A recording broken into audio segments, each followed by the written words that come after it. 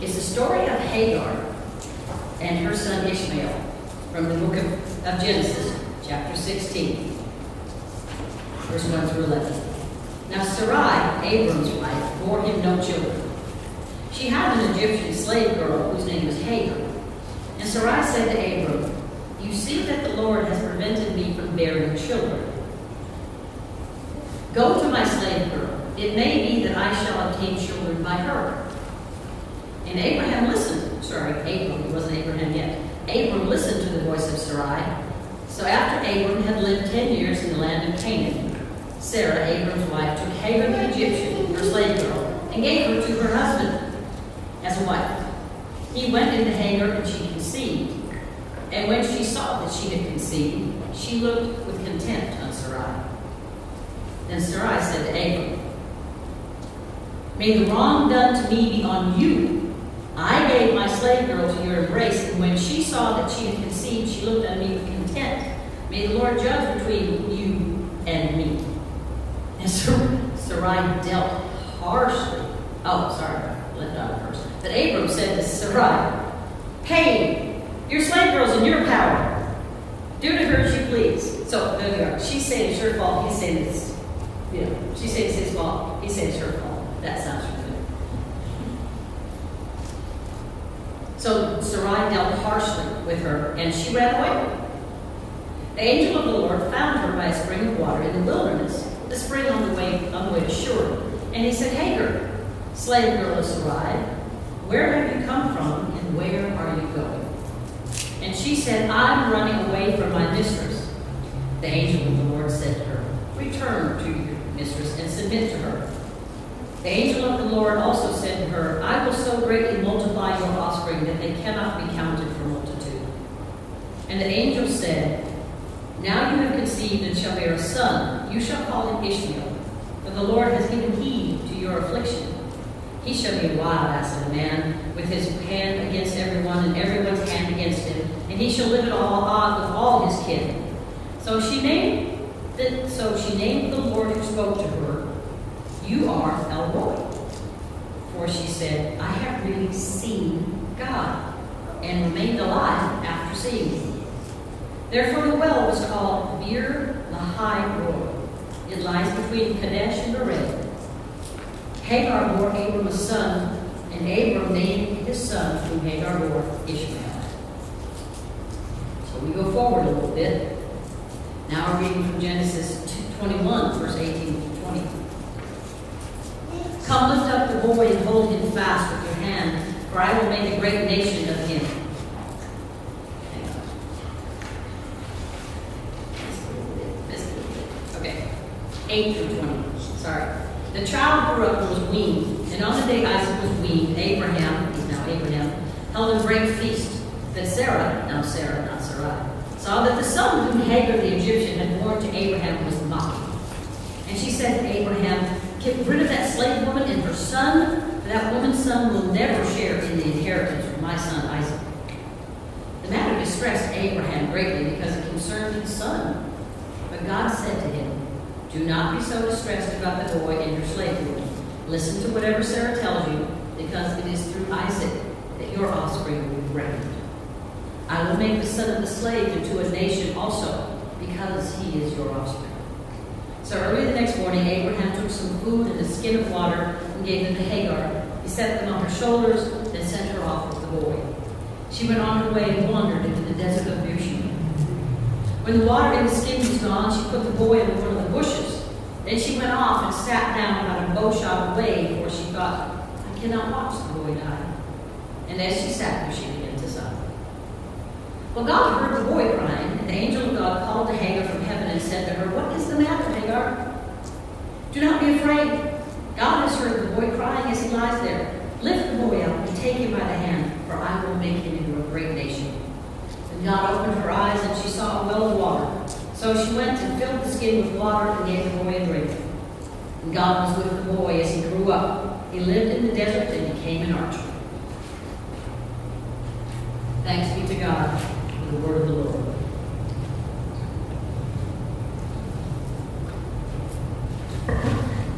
So this sermon is about being seen and seeing. Many of us are parents out here. A whole lot of us are parents out here. But we were all once children. And children like to be watched. I bet you said to your mom, "Hey mom, watch this. Hey dad, look at me." There are jokes about that. See what I can do. And our mothers looked every time. Our dads looked. No matter what goofy thing we did, and I know there were goofy things done. Because I did too. Yes, we always wanted to be seen by our parents. Many of us have also been a parent who wonders if we're ever seen. Have we become, it becomes a point where we think we're invisible. So there was later, Nicole Johnson wrote an article called "I Am Invisible." I think you'll recognize yourselves in this, co-parents. It all began to make sense. Blank stares, the lack of response. Then one of the kids walks into the room while I'm on the phone and asks to be taken to the store. And inside I'm thinking, can you see? I'm on the phone. Obviously not. No one can see if I'm on the phone or cooking or sweeping the floor or even standing on my head in the corner because no one can see me at all. I am invisible. Some days I'm only a pair of hands. Nothing more. Can you tie this? Can you fix this? Can you help me with this? Can you open this? Some days I'm not a pair of hands, I'm not even a human being. I'm a clock. What time is it? Or a satellite? What channel is the Disney Channel? What number is that on? I'm a car worker. I'm an Uber. Take me there. I need a car at this time. I need to be picked up here or there. I was certain that these were hands, this woman says, that once held books and eyes and studied histories and a mind had graduated, that now they had disappeared into the peanut butter, never to be seen again. She's going, she's going, she's gone. Anybody feel like that as a parent sometimes? I often wonder about how they can't see that the bathroom door is shut. I mean, it doesn't matter. In they come. I even had the cat do that yesterday. I'm thinking, this was like when I had kids. When the cat pushes open the door. What do you do? Yeah. I don't know if you feel like this as a parent, but we're going to look in the Bible at a mother and child to explore this. And this is the story of Hagar, okay? She's running away from a household where she was not appreciated, she was mistreated, she was just a chattel. Like many daughters of Hagar, this Hagar is mistreated. She's trapped in a system, feels as if she's invisible. She has no rights. I mean, she actually is a slave girl. They didn't even call her by her name. They just called her the slave girl or the Egyptian. She didn't really matter to them as a person. She was there to serve a purpose. They probably didn't even know she'd actually run away until she came back. Looks like Hagar doesn't exactly know what she wants, but she does know what she doesn't want. She doesn't want to be treated as a non-person, as an invisible person. But she doesn't realize her greatest need until she meets God. He meets her in the desert, in her time of need. And she names him. She names him El Roi, which means the God who sees.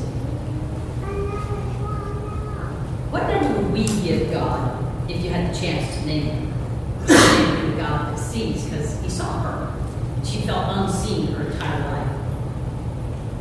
So we could do the God who loves, God who comforts, God who guides, God who forgives, God with a second chance, like my plaque I have. Dear God of second chances, here I am again. More than two. Way more than two. Whatever you choose would actually say as much about your need as it would about the character of God. Hagar, who felt insignificant and misunderstood, is actually a very significant person. She, in the Old Testament, has the longest conversation of any woman in the Old Testament, and almost of any man, with God. She's this no-name person, according to Abraham. Abram and Sarai, but yet God talks to her for quite a while. And she's the only person who ever gives God a name. Up to this point, God had given his own names. He introduced himself as Elohim, which is the creator, Yahweh, the covenant maker, El Shaddai, the Almighty, or to Moses, simply, I am. Which, that would take you a long way in your faith, just those 2 words. These are vast, majestic, out there names, but Hagar needs more than vast, majestic God.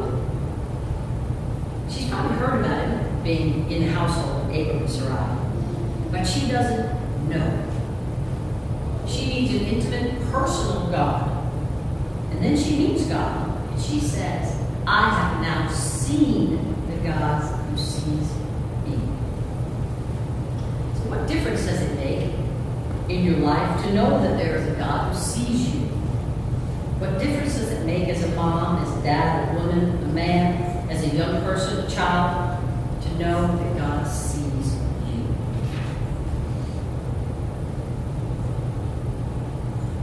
Sometimes when we were kids, I know I did, at a certain age you wonder, been in Sunday school and know all this, but if I'm here alone in my room, is God actually here with me? Does he see what I'm doing? Does he hear what I'm saying? Does he know what I'm thinking? And you kind of speak those words out loud or silently. Desperately want somebody to be there when you're that age. There's all sorts of stuff going around, whether your family is functional or dysfunctional, and we have all sorts of levels of dysfunction and function. But if we believe there was no one there, then we would say there was no God. So we want to know that somebody knows who we are inside that bedroom door. No matter what's going on in the house, we've got the family doing stuff. But does God know who I am? Does anybody know who I am? Great author Pearl S. Buck, an anthropologist, said, I love people, I love my family, I love my children. But inside myself is a place where I live all alone. And I think we all know that place.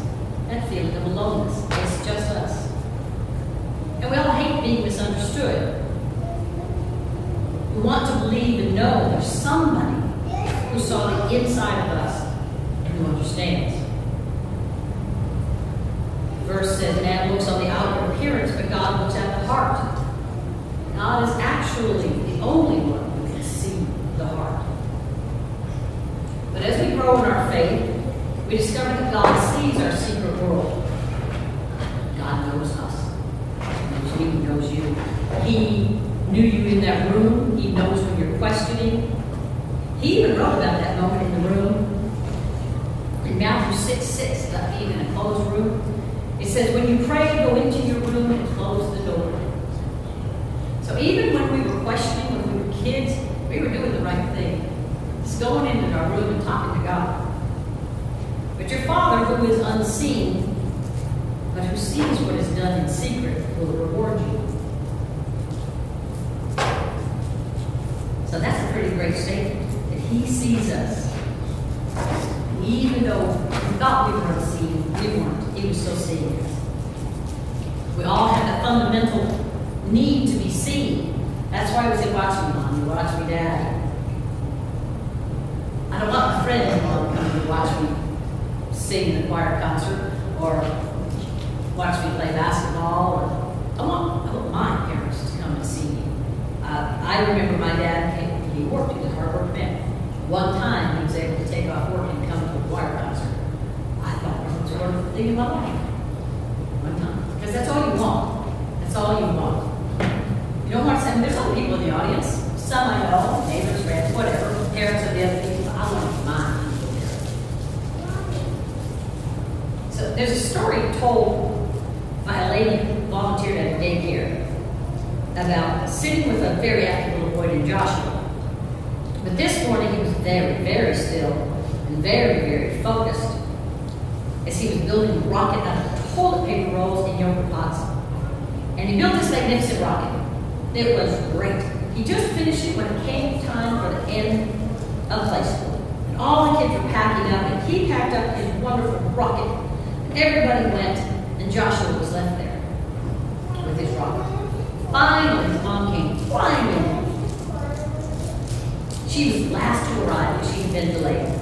And he just stood there so excited to see her and held up his rocket to show her. He said several times, "Mom, look at my rocket. Mom, look at my rocket.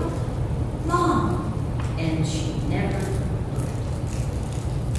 Not the first glance, not the second glance. She basically just said to him, hurry up, I'm in a hurry.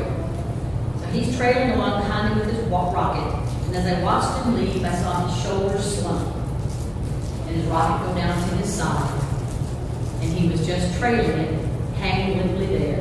And it no longer looked magnificent, it looked like toilet paper rolls. Actually, it looked pretty worthless, which is just what Joshua felt at that moment, because all he wanted was for his mom to look at his rocket and say, "This is great." But she never did.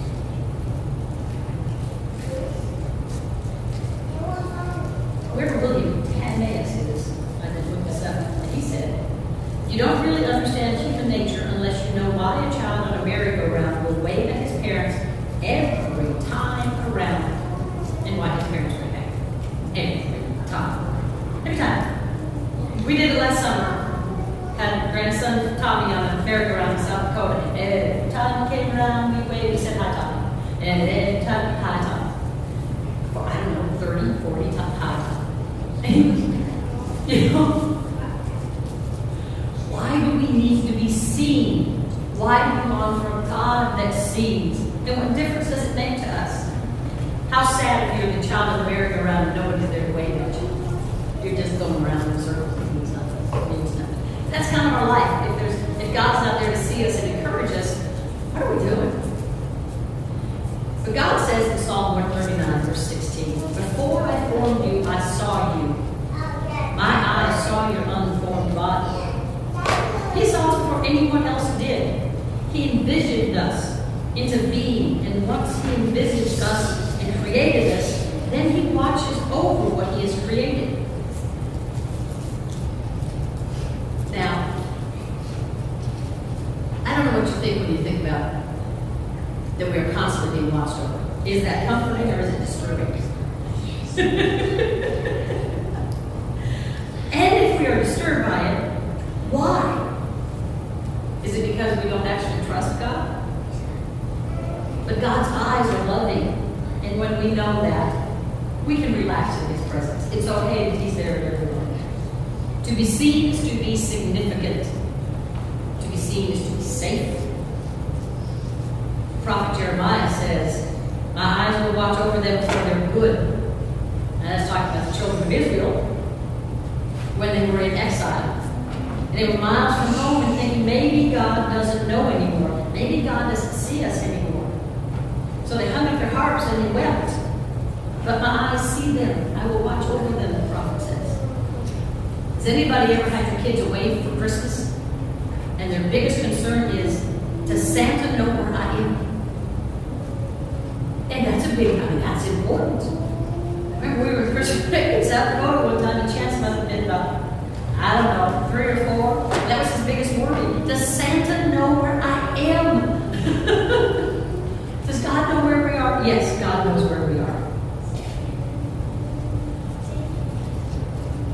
I often think about when my kids would go away to college, not just the first time, but when they'd come home for a weekend. It was the same ritual. We'd go out to the driveway, they'd pack up the car, and they backed up and they waved, we waved, they waved, and we waved. And we did that until they, turned right on Elm Street and got out of our sight. And I know, I'm thinking, I can't see him anymore. I can't see him anymore. And God said, but I see him. I got this. I see him. We need to remember that. I can't see my kids. But God says, I see them. So what's it like to live under a loving Father?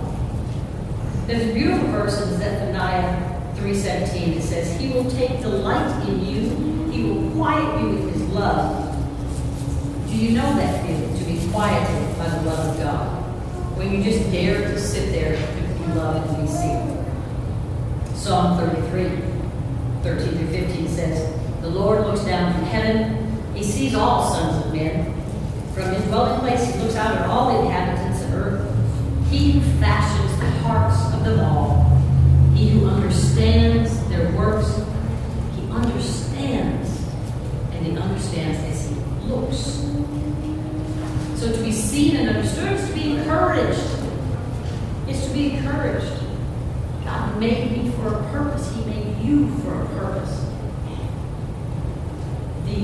Anybody remember the movie Chariots of Fire? It's an old one. It's about, I think he was Irish. He might have been Welsh. I'm not sure. But this runner was really, really, really fast. But the Olympic trials were on Sunday, and he would not run on Sunday.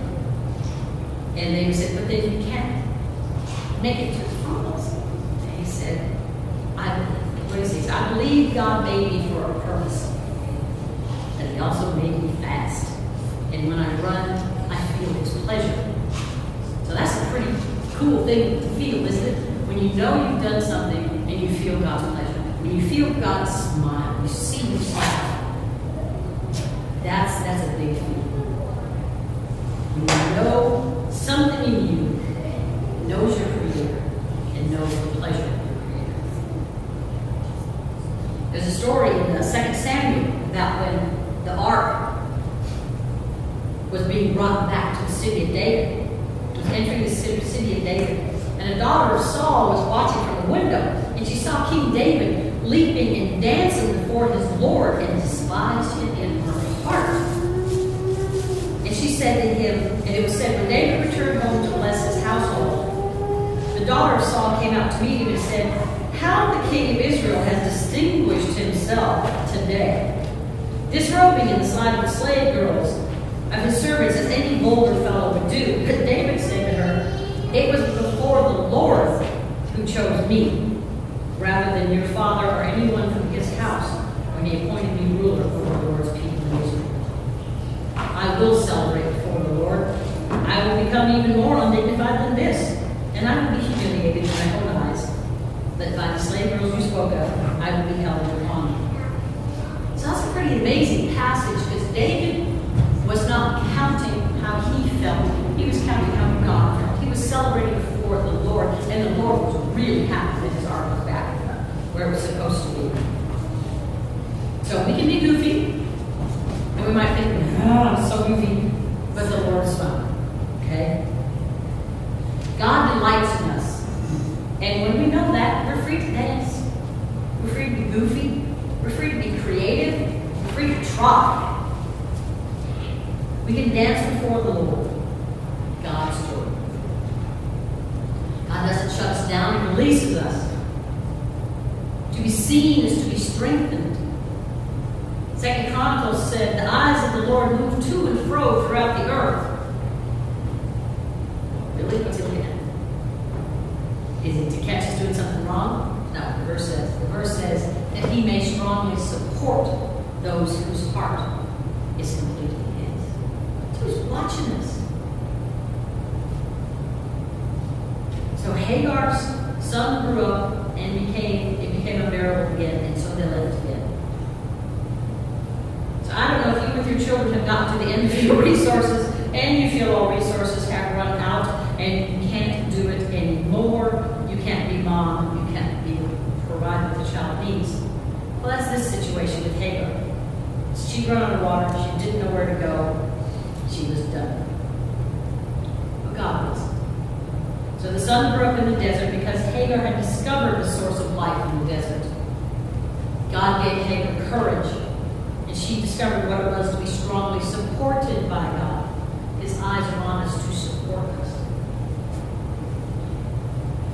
So when no one else knows, and no one else cares, and no one else sees, and no one else helps, God sees, God helps. And to be seen is to be known.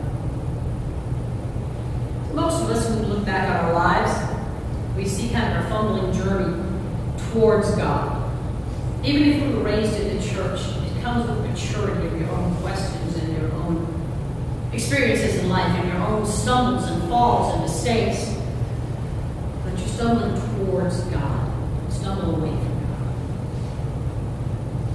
Sometimes we can pinpoint when we realize He was watching over us, even though we weren't necessarily aware of it at the time. We can look back and say, oh yeah, there you were. As the old poster of the two sets of footprints. And then there was just one footprint. And the man says, where were you in my hour of need? You were with me, beside me, and then you weren't there anymore. There's just one set of footprints. And Jesus says, that's what I was carrying you. Always there, always seeing.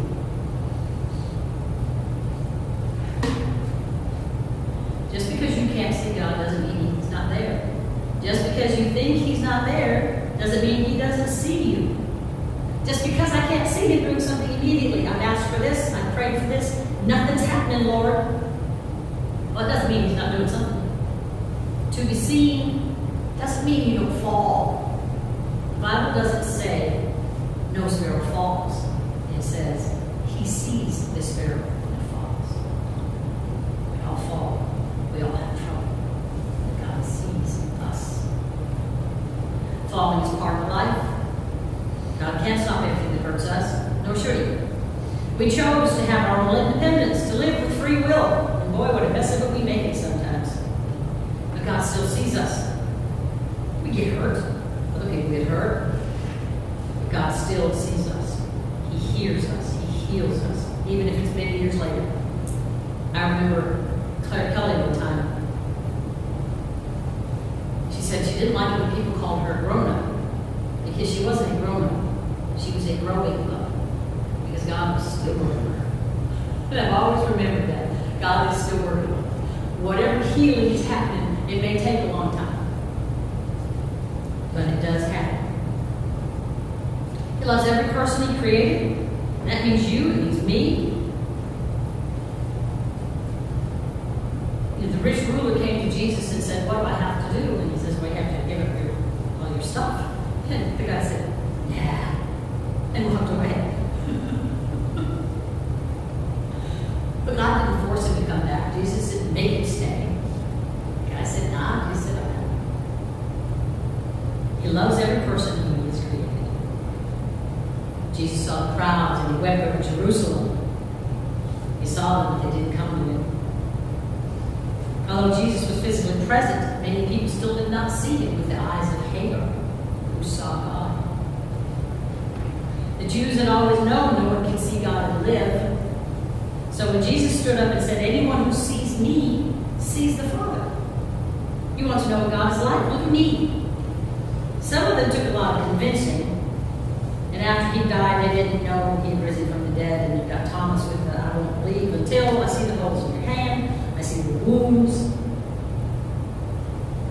In that statement lies a mystery, because pain, wounds, and anger actually prevent us from seeing God, but they can also be the reason we see God. It's said that there are no atheists in foxholes. When you're really in trouble, you see God. Job went through the unimaginable. He lost everything and everybody. But at the end of it all, Job said, my ears had heard of you, but now my eyes have seen you. Because through the pain, he actually saw God. Does our pain stop us from seeing God? Or does our pain help us see God?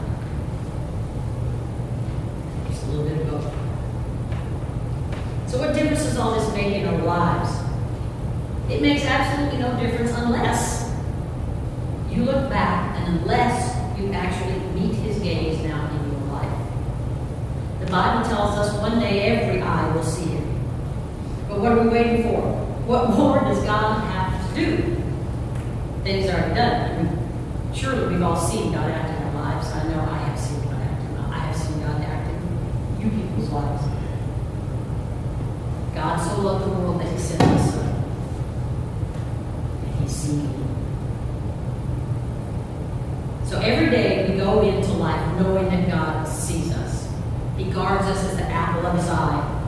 And remarkably, He says, I will instruct you and teach you in the way you shall go.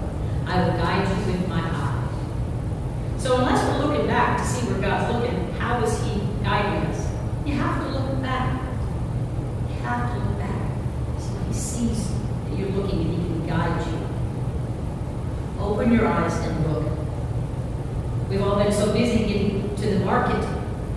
When Jesus was stopped at the Samaritans well, and the Samaritan woman was at the well. The disciples went to find food. So Jesus sat and talked to the Samaritan woman.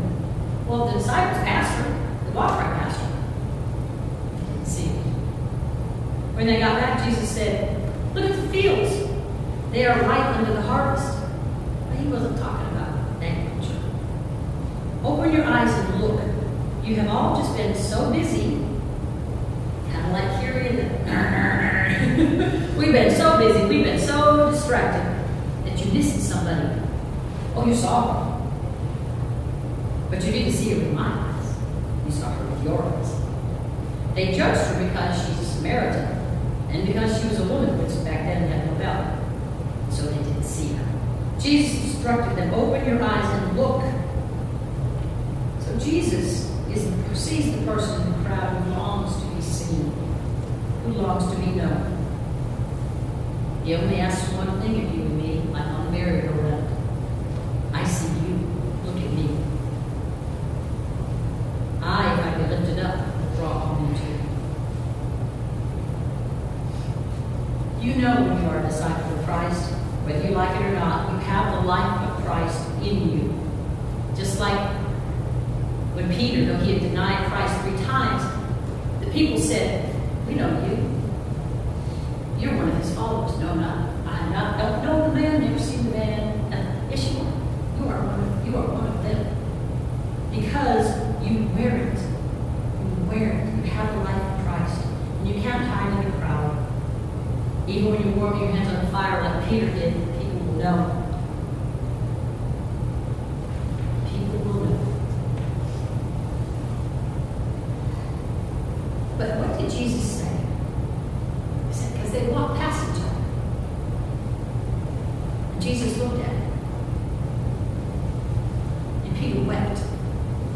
So what do you imagine that look said to Peter? It said, I knew you would fail me, Peter. I knew it. You let me down. I'm done with you. Nope. That's not what he said.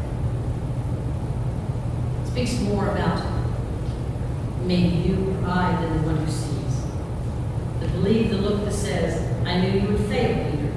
I love you, Peter. And more than that, I know you still love me. I am looking at you. And you've looked back at me. And we are still connected. We know that Jesus was looking at Peter because Peter looked back. That's how we know. You have to look back. So fix your eyes on Jesus, the author and finisher of our faith. Whether you like it or not, or believe it or not, or whether you want it or not, God sees you today. He sees you with a look of love. And you can see him. Not literally, of course, but with the eyes of faith, the eyes that look into his book. And you meet him. Do not draw your eyes away from looking back. So what difference does it make if God sees us today? As you drive from here to there, as you go to the grocery store, as you talk to your kids, as you visit with somebody in the hospital, God sees you. The day you die in the hospital bed or wherever, and nobody knows and understands, God still sees you that day. When you see, you believe. When you believe, you see. Hagar had longed to be seen, and then she met the God who sees. Praise be to God, we can see him.